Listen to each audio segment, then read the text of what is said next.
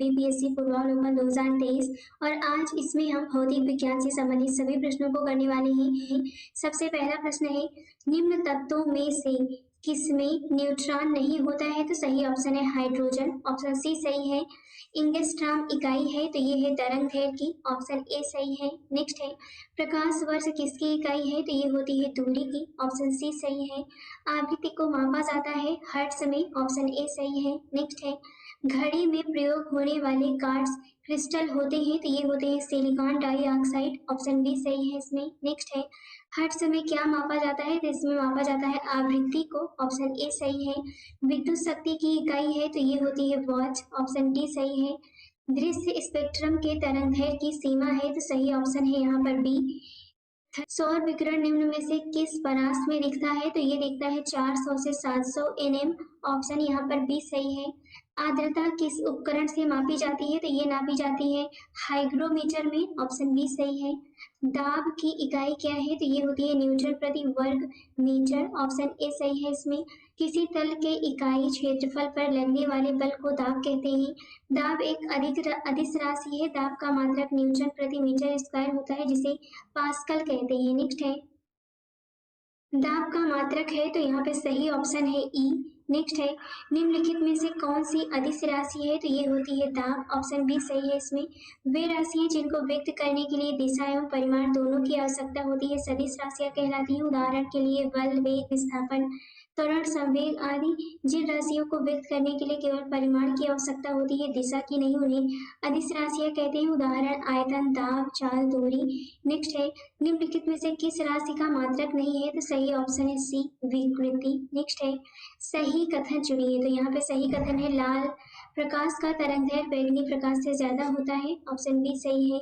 जब दिन में पानी पर साबुन की फिल्म दिखाई देती है तो यह सुंदर रंग दिखाती है। इस घटना का कारण है प्रकाश का व्यतिकरण, ऑप्शन डी सही है। नेक्स्ट है, एक परमाणु के केंद्र का धनावेशित हिस्सा कहलाता है तो इसे कहते हैं न्यूक्लियस, ऑप्शन डी सही है। नेक्स्ट है, एक ठोस के सीधे गैस में परिवर्तन को कहते हैं तो इसे कहते हैं ऊर्ध्वपातन, ऑप्शन ए सही है।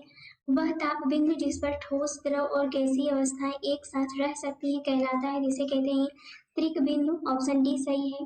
कॉस्मिक किरणें आवेशित कण हैं, ऑप्शन ए सही है। नेक्स्ट है, 2G स्पेक्ट्रम में अक्षर जी किस शब्द के लिए प्रयुक्त होता है? तो ये होता है जेनरेशन, ऑप्शन सी सही है। रडार का आविष्कारक कौन था? तो ये थे रॉबर्ट वाटसन, ऑप्शन ए सही है। गॉड पार्टिकल है तो ये होता है हिग्स बोसॉन, ऑप्शन बी सही है। नेक्स्ट है, सर सी.वी. रमन को भौतिकी का नोबेल पुरस्कार प्राप्त हुआ था सन 1930 में, ऑप्शन बी सही है इसमें। भौतिक शास्त्र के लिए नोबेल पुरस्कार प्राप्त करने वाले पहले भारतीय डॉक्टर चंद्रशेखर वेंकट रमन थे।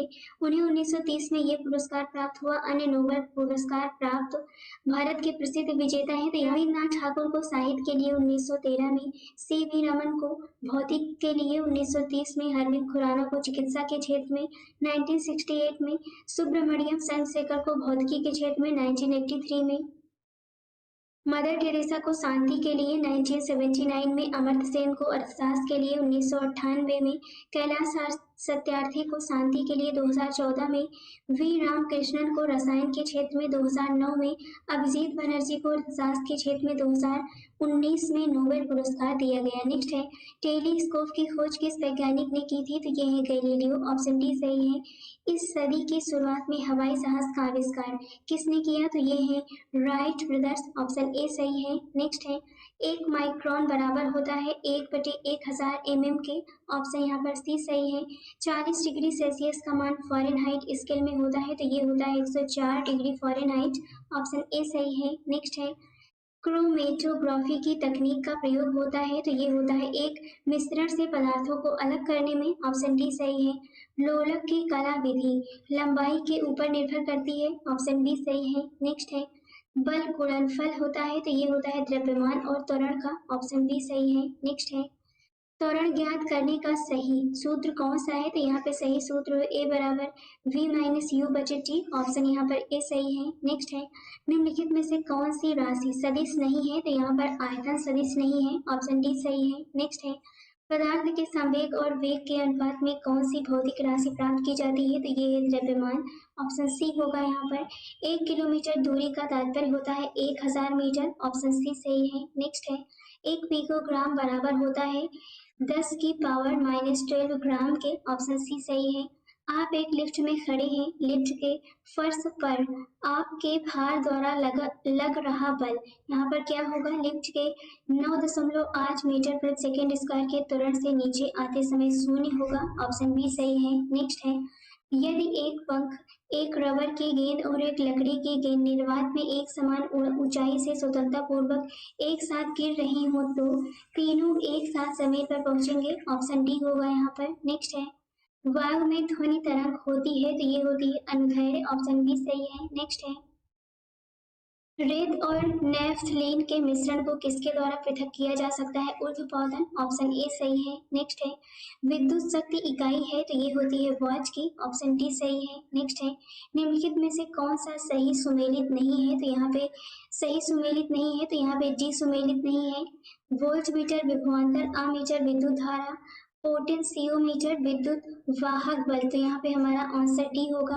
गैल्वेनोमीटर का प्रयोग एक छोटी विद्युत धारा या उसके प्रकार का मापन करने हेतु किया जाता है। विद्युत प्रतिरोध का मापन अमीटर ओम मीटर द्वारा किया जाता है। अन्य सभी सुमेलित हैं। नेक्स्ट है, टरबाइन एवं डायनामो से बिजली प्राप्त करने में किस ऊर्जा को विद्युत ऊर्जा में परिवर्तित करते हैं? सही ऑप्शन है मैकेनिकल ऊर्जा। ऑप्शन सी सही है। 100 वाट का बिजली का बल्ब यदि 10 घंटे चले तो बिजली का खर्च होगी तो यहाँ पर होगी 1 इकाई। ऑप्शन बी सही है। नेक्स्ट है, दो समानांतर प्रतिरोध वाले सर्किट का कुल प्रतिरोध 1.403 किलो ओम है। यदि एक प्रतिरोधक का मान 2.0 किलो ओम हो तो दूसरे प्रतिरोधक का मान होगा। तो सही ऑप्शन है D 4.70 kilo ohm. Option D सही है। नेक्स्ट है, एक सामान्य शुष्क सेल में विद्युत अपघट्य होता है अमोनियम क्लोराइड। ऑप्शन सी सही है। डायनामो यांत्रिक ऊर्जा को विद्युत ऊर्जा में परिवर्तित करता है। ऑप्शन बी सही है। नेक्स्ट है, विद्युत मोटर में विद्युत ऊर्जा को यांत्रिक ऊर्जा में बदला जाता है। ऑप्शन सी सही है। विद्युत धारा निम्न में से किस उपकरण से नापी जाती है? तो ये नापी जाती है अमीटर से। ऑप्शन बी सही है इसमें। नेक्स्ट है, विद्युत धारा किस उपकरण से नापी जाती है? तो ये नापी जाती है अमीटर से। ऑप्शन बी सही है। प्रकाश में 7 रंग होते हैं, सातों रंगों को अलग करने का क्या तरीका है? तो ये होता है ऑप्शन ए सही है। एक प्रिज्म से रंगों को अलग अलग किया जा सकता है। नेक्स्ट है, यदि किसी ऐनक के लेंसों की शक्ति +2 डायोप्टर हो तो इसकी फोकस दूरी होगी। सही ऑप्शन है सी 50 सेंटीमीटर। नेक्स्ट है, चुंबकीय सुई किस तरफ संकेत करती है? तो ये करती है उत्तर की तरफ। ऑप्शन सी सही है। श्वेत प्रकाश को नली में कैसे पैदा करते हैं? श्वेत प्रकाश को नली में कैसे पैदा करते हैं? सही ऑप्शन है बी तंतु को गर्म करके। नेक्स्ट है, आइंस्टीन को नोबेल प्राइज किस कार्य पर मिला था? तो इन्हें मिला था प्रकाश विद्युत प्रभाव। ऑप्शन डी सही है। विद्युत उत्पन्न करने के लिए कौन सी धातु का उपयोग होता है? तो ये होता है यूरेनियम। ऑप्शन ए सही है। कमरे को ठंडा किया जा सकता है संपीड़ित गैस को छोड़ने से। ऑप्शन बी सही है। नेक्स्ट है, आमतौर पर सुरक्षा फ्यूज लगाने के लिए प्रयोग होने वाला तार किस पदार्थ का बना होता है? तो ये बनता है टिन और शीशे की एक मिश्र धातु का। ऑप्शन डी सही है। नेक्स्ट है, निम्न में से कौन सा ऊष्मा का सबसे अधिक कुचालक है? तो ये होता है पारा। ऑप्शन सी सही है। नेक्स्ट है, अतिचालक का लक्षण है? तो सही ऑप्शन है शून्य पारगम्यता। ऑप्शन सी सही है इसमें। नेक्स्ट है, गर्म करने पर एक अर्धचालक का प्रतिरोध घटता है। ऑप्शन बी सही है यहाँ पर। नेक्स्ट है, ठंड के दिनों में लोहे के गुटकों और लकड़ी के गुटकों को प्रातः काल छुए तो लोहे का गुटका ठंडा लगता है क्योंकि लकड़ी की तुलना में लोहा ऊष्मा का अच्छा चालक है। ऑप्शन बी सही है। नेक्स्ट है, एक पंखा गर्मी के मौसम में आराम की अनुभूति पैदा करता है क्योंकि हमारा पसीना तेजी से वाष्पित हो जाता है। ऑप्शन डी सही है। नेक्स्ट है, कमरे में रखा रेफ्रिजरेटर का दरवाजा खोलकर आप अंततः कमरे को थोड़ा गर्म कर सकते हैं। ऑप्शन सी सही है। नेक्स्ट है, यदि रेफ्रिजरेटर के दरवाजे कुछ घंटे के लिए खुले छोड़ दें तो कमरे का तापमान बढ़ जाएगा। ऑप्शन बी सही है। नेक्स्ट है, निम्नलिखित में से गलत कथन का चयन करें। यहाँ पे बताना है गलत कथन कौन सा है। तो यहाँ पर हम एक एक करके पढ़ते हैं। पहला है, कपास गर्मियों में कपड़े के रूप में उपयोग कपास गर्मियों में कपड़े के रूप में उपयोग के लिए उपयुक्त है क्योंकि यह नमी को अवशोषित करता है। दूसरा है सीढ़ी बनाने के लिए पॉलीकार्बोनेट का उपयोग किया जाता है। सी है एक्रेलिक को कृत्रिम रेशम भी कहा जाता है क्योंकि यह कपास से तैयार होता है लेकिन रेशम की तरह चमकता है। तो यहाँ पे ये जो सी ऑप्शन है ये गलत है। और चौथा है टेफ्लॉन का उपयोग नॉन स्टिक रसोई के सामान की कोचिंग के लिए किया जाता है। तो डी भी सही है। यहाँ पे जो गलत ऑप्शन है वो होगा सी। नेक्स्ट है दो उत्तरोत्तर श्रृंग अथवा दो उत्तरोत्तर गर्त के बीच की दूरी को क्या कहते हैं? तो इसे कहते हैं तरंग दैर्घ्य। ऑप्शन बी सही है। जब प्रकाश एक माध्यम से दूसरे में जाता है तो निम्न में से कौन सा नहीं बदलता है? तो ये नहीं बदलता है आवृत्ति। ऑप्शन सी सही है। नेक्स्ट है पढ़ने में काम आने वाला ग्लास लेंस किस प्रकार के लेंस से बनता है? तो ये होता है उत्तल। ऑप्शन बी सही है। दर्पण के सामने खड़े एक व्यक्ति को अपना प्रतिबिंब अपने से बड़ा लगता है। इसका तात्पर्य है कि दर्पण का प्रकार है। तो ये होगा अवतल। ऑप्शन ए सही है। नेक्स्ट है ध्वनि का वायु में वेग अनुमानतः होता है 330 मीटर प्रति सेकेंड। ऑप्शन बी सही है। ध्वनि के वायु में वेग माध्यम की प्रकृति पर निर्भर करती है। ध्वनि का वेग वायुमंडलीय परिस्थितियों जैसे ताप आर्द्रता आदि पर भी निर्भर करता है। प्रकाश विकिरणों की प्रकृति होती है तो ये होती है तरंग एवं कण दोनों के समान। ऑप्शन सी सही है।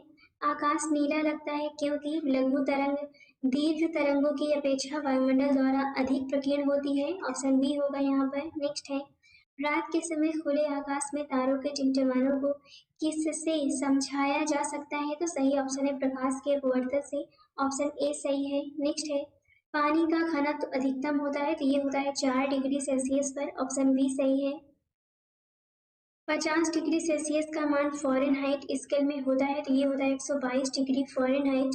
ऑप्शन बी सही है। नेक्स्ट है जब बर्फ का एक टुकड़ा पानी से लबालब भरे बीकर में तैर रहा है, जब पूरी बर्फ पिघल जाए तब क्या होगा? तो जल स्तर नहीं बढ़ेगा। ऑप्शन डी होगा यहाँ पर। नेक्स्ट है वर्षा की बूंद की गोलाकार आकृति का कारण है तो ये होता है पृष्ठ तनाव। ऑप्शन बी सही है।